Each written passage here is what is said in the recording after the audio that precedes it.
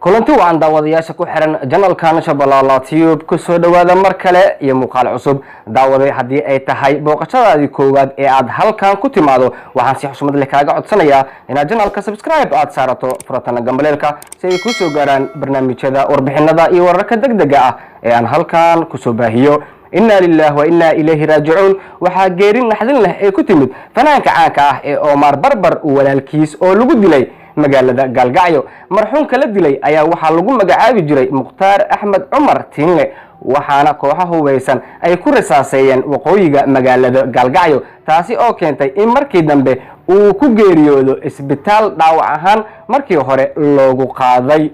sidoo kale wararka qaar ayaa sheegaya in qof shacab ah uu ku dhaawacmay rasaastaasi walow warar kalena ay tilmaamayaan in shakhsigan dhaawacmay uu ahaa askari ka tirsan ciidanka ammaanka Puntland saakay waxa howlgalo lagu baadi goobayo raggii dilay Omar Barbar walaalkiis oo ka soconaya qaybo kamid ah magaalada Galgacyo ee qaybta Puntland wali ma jirto cid sheegatay mas'uuliyadda lagu dilay xildhibaan Mukhtaar Axmed Cumar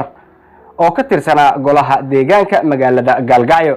magaalooyinka Galgacyo iyo Boosaaso ayaa siyaabooyin kala duwan loogu dilaa mas'uuliyiin ka tirsan maamulka Puntland waxaana inta badan laamaha ammaanka maamulkaasi ay sheegaan inay si buuxda wax ugu qabanayaan amni darrada ka jirta magaalooyinkaasi fanaanka caanka ah ee Omar Barbar ayaa fariin taxsi ah uu soo dhigay bartiisa Facebook waxay u qorneed sida tan inna lillahi wa inna ilayhi raaji'uun walaalkay Mukhtaar Axmed Cumar Tiinle allaha u naxariisto fariintaas taxsiyada ah ayuu soo dhigay fanaanka Omar Barbar bartiisa Facebook oo ku maasan tahay daawashada aad daawato muuqaalkan daawade hadii ay tahay booqashadaadii koowaad ee aad halkan ku timaado waxaan si xushmad leh kaaga codsanayaa inaad channelka subscribe aad saarato furatan gambaleelka si ay ku soo gaaraan barnaamijyada warbixinada iyo wararka degdega ah ee aan halkan ku soo baahiyo mahadsanid